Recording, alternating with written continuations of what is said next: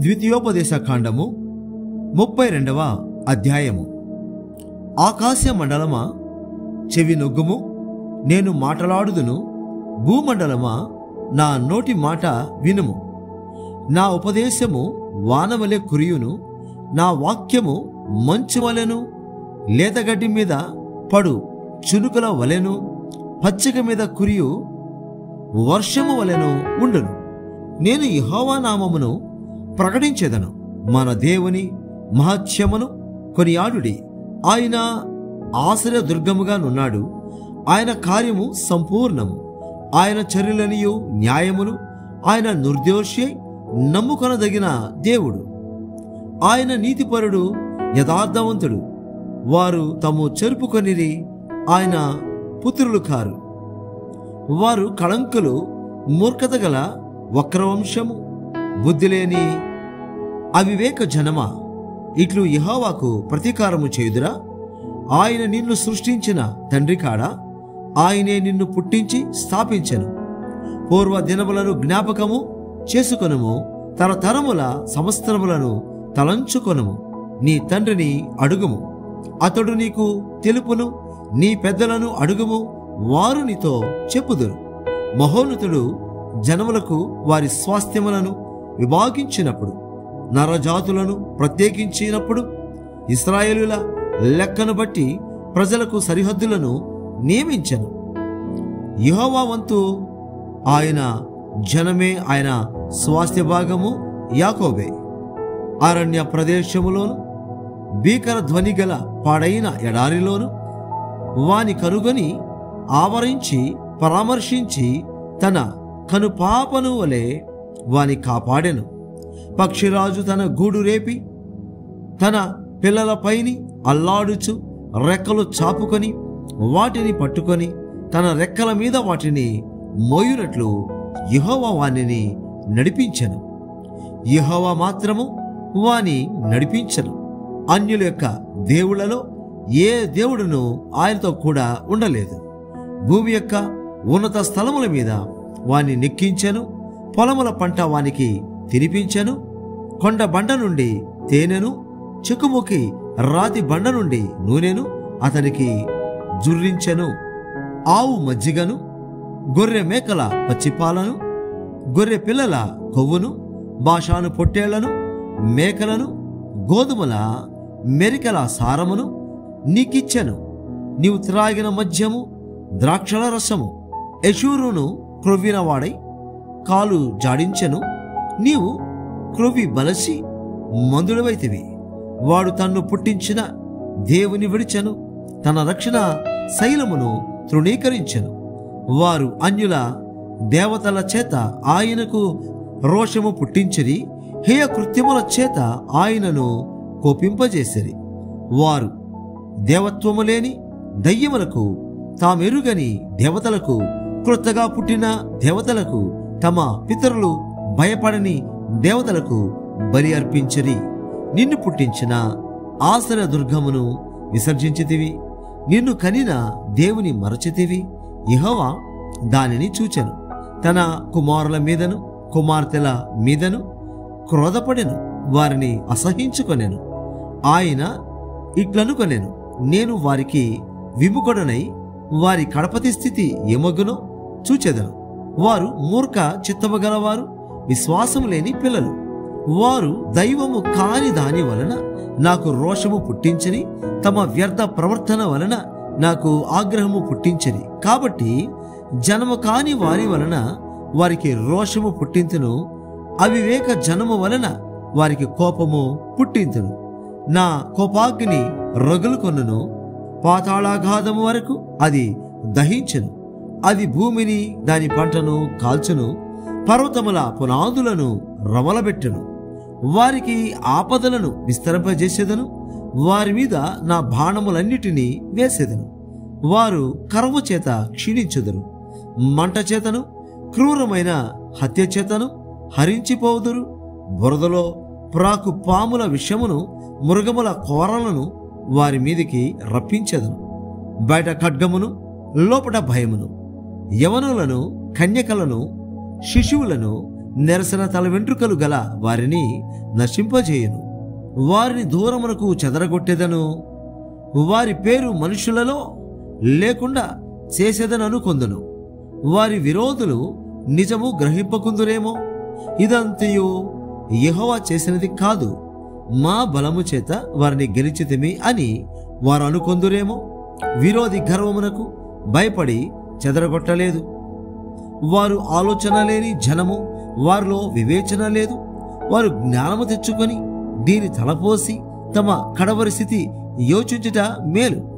తమ ఆశ్రయ దుర్గము వారిని అమ్మివేయని ఎడల, యెహోవా వారిని అప్పగింపని ఎడల, ఒకడి ఎట్లు 1000 మందిని తరుమును, 2 ఎట్లు 10,000 మందిని పారదోలుదురు.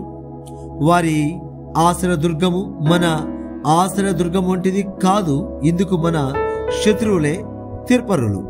వారి ద్రాక్షావల్లి సొదొమ ద్రాక్షావల్లి, అది గొమొర్రా పొలములలో పుట్టినది.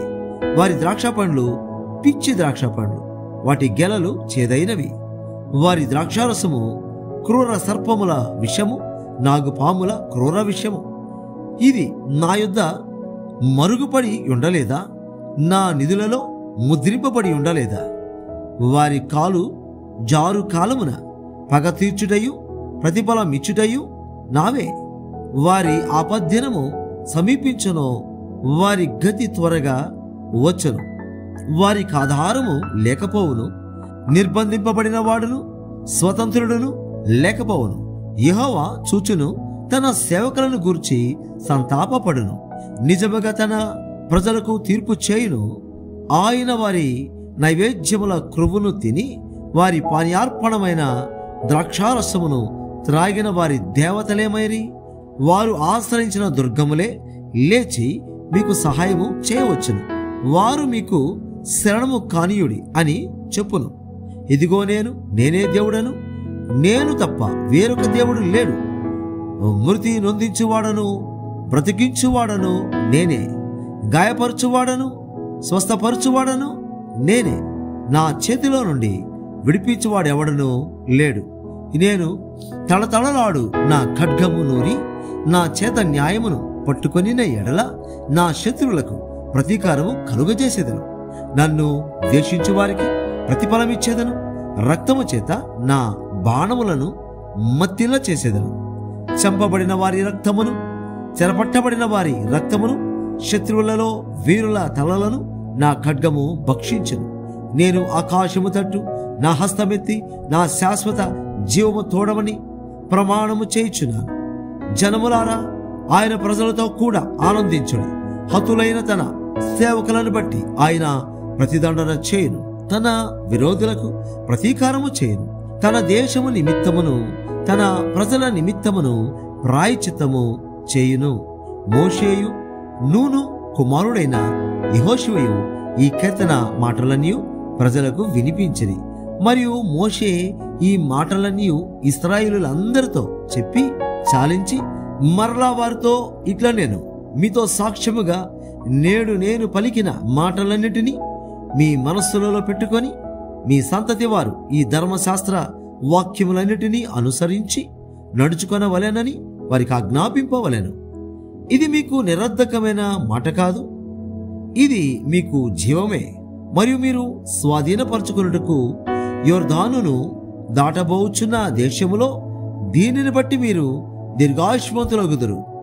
ఆ దినమున యెహోవా మోషేతో ఇట్లా, నేను యెరికో ఎదుటనున్న మోయాబు దేశమందలి అబారీమను ఈ పర్వతము అనగా నెబో కొండ ఎక్కి నేను ఇశ్రాయేలులకు స్వాస్థ్యముగా ఇచ్చుచున్న కనాను దేశమును చూచి నీ సహోదరుడైన అహరోను హోరు కొండ మీద మృతి పొంది తన స్వజనుల యుద్ధకు చేరినట్లు నీవు ఎక్కబోచున్న కొండ మీద మృతి నొంది నీ స్వజనుల యుద్ధకు చేరుదువు. ఏలయనగా మీరు సీను అరణ్యములో కాదేషు మెరీబా నీళ్ల యొద్ద ఇశ్రాయేలుల మధ్యనున్న పరిశుద్ధ పరచక ఇశ్రాయేలుల మధ్యను నా మీద తిరుగుబాటు చేసిరి. ఎదురుగా ఆ దేశమును చూచెదు, కాని నేను ఇశ్రాయేలులకిచ్చుచున్న ఆ దేశమున నీవు ప్రవేశింపవు. ద్వితీయోపదేశ కాండము 33వ అధ్యాయము. దైవజనుడైన మోషే మృతి నొందక మునుపు అతడు ఇశ్రాయేలులను దీవించిన విధము ఇది. అతడిట్లా నేను యెహోవా సీనాయి నుండి వచ్చెను, సేయీరులో నుండి వారికి ఉదయించెను. ఆయన పారాను కొండ నుండి ప్రకాశించెను. వేవేల పరిశుద్ధ సమూహముల మధ్య నుండి ఆయన వచ్చెను. ఆయన కుడి పార్శ్వమున అగ్ని జ్వాలలు మెరయుచుండెను. ఆయన జనములను ప్రేమించును. ఆయన పరిశుద్ధులందరూ నీ వశమునందురు.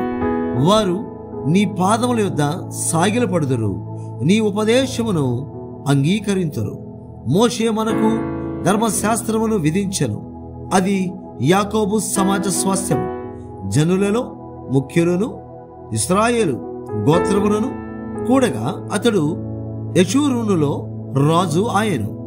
రూబేను బ్రతికి చావక ఉండునుగాక, అతని వారు లెక్కింపలేనంత మంది అగుదురు. యూదాను గురించి అతడిట్లా నేను యెహోవా యూదా మనవి విని అతని ప్రజల యొద్దకు అతనిని చేర్చుము. యూదా బాహుబలము అతనికి చాలునట్లు చేసి అతని శత్రువులకు విరోధముగా నీవతనికి సహాయుడవై యుందు.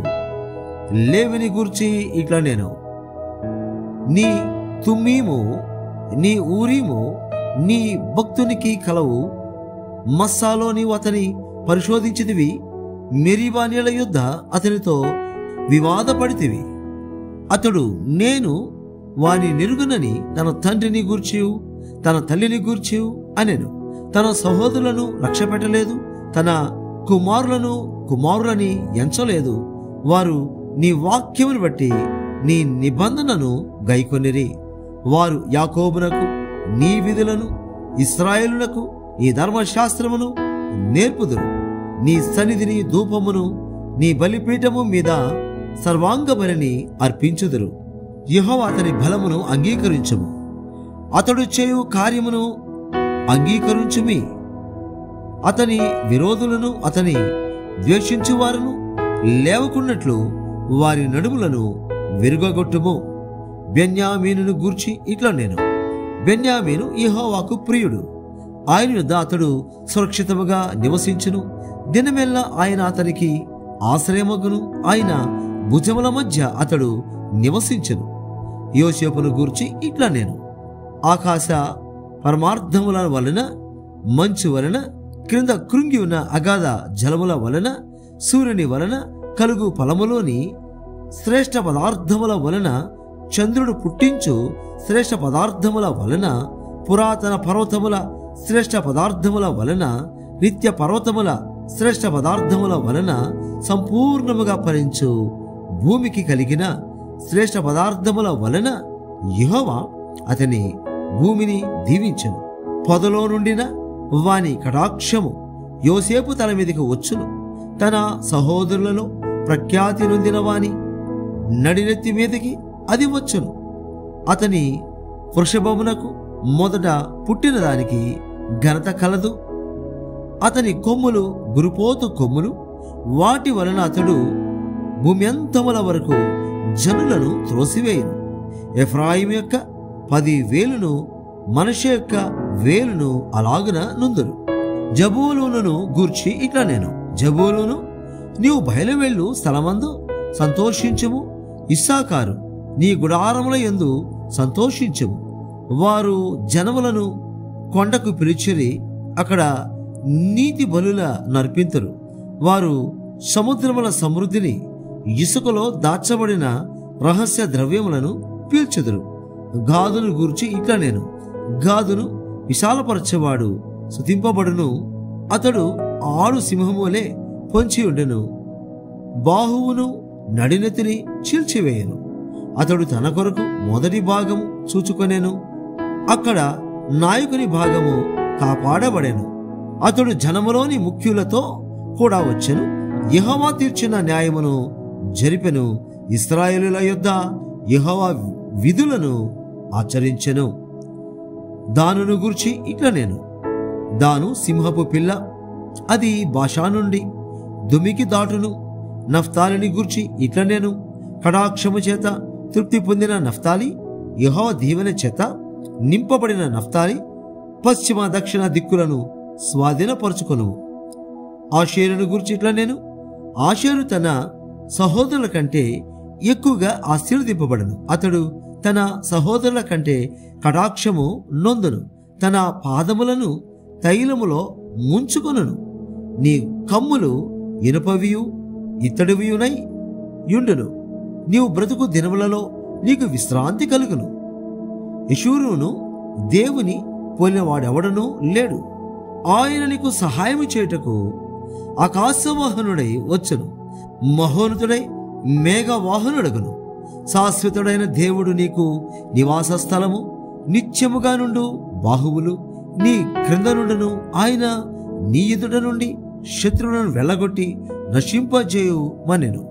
ఇశ్రాయేలు నిర్భయముగా నివసించును. యాకోబు ఊట ప్రత్యేకింపబడును. అతడు ధాన్య ద్రాక్షారసములు గల దేశములో నుండును. అతనిపై ఆకాశము మంచును కురిపించును. ఇశ్రాయేలు, నీ భాగ్యమెంత గొప్పది! యెహోవా రక్షించిన నిన్ను పోలినవాడెవడు? ఆయన నీకు సహాయకరమైన ఖేడము, నీకు ఔన్నత్యమును కలిగించు ఖడ్గము. నీ శత్రువులు నీకు లోబడినట్లుగా వారు వేషము వేయుదురు. నీవు వారి ఉన్నత స్థలములను త్రొక్కుదువు. ద్వితీయోపదేశ కాండము 34వ అధ్యాయము. మోషే మోయాబు మైదానము నుండి యెరికో ఎదుటనున్న పిస్గా కొండ వరకు పోయి నెబో శిఖరమున కెక్కెను. అప్పుడు యెహోవా దాను వరకు గిలాదు దేశమంతయు, నఫ్తాలి దేశమంతయు, ఎఫ్రాయిము మనష్యేల దేశమును, పశ్చిమ సముద్రము వరకు యూదా దేశమంతయు, దక్షిణ దేశమును, సోయరు వరకు ఈత చెట్లు గల యెరికో లోయ చుట్టూ మైదానమును అతనికి చూపించెను. మరియు యెహోవా అతనితో ఇట్లనెను, నీ సంతానమునకిచ్చెదనని అబ్రహాము, ఇస్సాకు, యాకోబులకు నేను ప్రమాణము చేసిన దేశము ఇదే. కన్నులారా నిన్ను దాని చూడనిచ్చుదని గాని నీవు నది దాటి అక్కడికి వెళ్ళకూడదు. యెహోవా సేవకుడైన మోషే యెహోవా మాట చొప్పున మోయాబు దేశంలో మృతి నొందెను. బెత్పయేరు ఎదుట మోయాబు దేశములోనున్న లోయలో అతడు పాతి పెట్టబడెను. అతని సమాధి ఎక్కడనున్నదో నేటి వరకు ఎవరికి తెలియదు. మోషే చనిపోయినప్పుడు 120 సంవత్సరముల ఈడు గలవాడు. అతనికి దృష్టి మాంద్యము లేదు, అతని సత్తువు తగ్గలేదు. ఇశ్రాయేలీయులు మోయాబు మైదానములలో మోషేను బట్టి 30 దినములు దుఃఖము సలుపగా, మోషేను గూర్చిన దుఃఖము సలిపిన దినములు సమాప్తమాయెను. మోషే తన చేతులను నూను కుమారుడైన యెహోషువ మీద ఉంచి ఉండెను గనుక అతడు జ్ఞానాత్మపూర్ణుడాయెను. కాబట్టి ఇశ్రాయేలీయులు అతని మాట విని యెహోవా మోషేకు ఆజ్ఞాపించినట్లు చేసిరి. ఐగుప్తు దేశంలో ఫరోకును అతని సేవకులందరికీ అతని దేశమంతటికి ఏ సూచక క్రియలను మత్కార్యములను చేయుటకు యెహోవా అతని పంపెనో వాటి విషయములోను, ఆ బాహుబలమంతటి విషయములోను మోషే ఇశ్రాయేలు జనులందరి కన్నుల ఎదుట కలుగు చేసిన మహాభయంకర కార్యముల విషయములోను యెహోవాను ముఖాముఖిగా ఎరిగిన మోషే వంటి ఇంకొక ప్రవక్త ఇశ్రాయేలులలో ఇది వరకు పుట్టలేదు.